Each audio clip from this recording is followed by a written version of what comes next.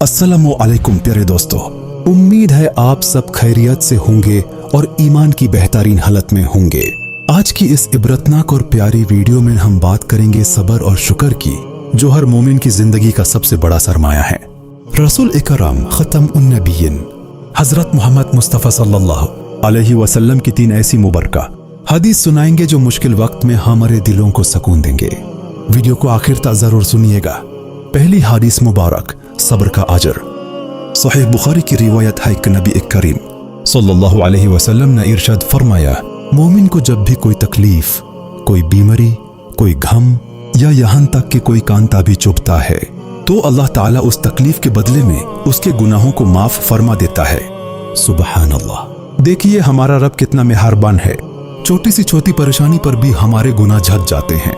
इसलिए जब भी मुश्किल वक्त आए घबराना नहीं चाहिए बल्कि सब्र करना चाहिए। दूसरी हदीस मुबारक, शुक्र की ताकत। सही मुस्लिम की रिवायत है, रसूलुल्लाह सल्लल्लाहु अलैहि वसल्लम ने इरशाद फरमाया, मोमिन का मामला भी अजीब है, उसके हर काम में उसके लिए भलाई है और ये सिफत सिर्फ मोमिन के पास है। अगर उसे कोई खुशी मिलती है तो वो शुक्र अदा करता है और ये उसके लिए बेहतर होता है, और अगर उसे कोई तकलीफ या दुख पहुंचता है तो वो सब्र करता है और ये भी उसके लिए बेहतर होता है। दोस्तों, जिंदगी कभी एक जैसी नहीं रहती। खुशी आए तो शुक्र और दुख आए तो सब्र, ये 2 रास्ते हमारी दुनिया और आखिरत दोनों संवार देते हैं। तीसरी हदीस मुबारक, सब्र और बेहतरीन बदला। जमी तिरमिज़ी की रिवायत है कि रसूलुल्लाह सल्लल्लाहु अलैहि वसल्लम ने फरमाया, बड़ी आजमाइश के साथ ही बड़ा अजर मिलता है।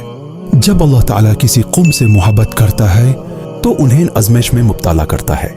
जो शख्स रज़ामंद हो जाए उसके लिए अल्लाह की रजा है, यानी जब अल्लाह किसी को पसंद करता है तो उसको परख लेता है। इसलिए आजमाइशों पर सब्र करना अल्लाह की मोहब्बत की निशानी है। आखिरी पैगाम, प्यारे दोस्तों, सब्र और शुक्र को अपनी जिंदगी का हिस्सा बना लें। जिंदगी की हर परेशानी आसान हो जाएगी। अगर आपको आज की ये दीनी वीडियो अच्छी लगी हो तो वीडियो को लाइक करें, अपने दोस्तों के साथ शेयर करें और हमारे चैनल SM क़ासिम को सब्सक्राइब जरूर करें। जज़ाकल्लाह खैर।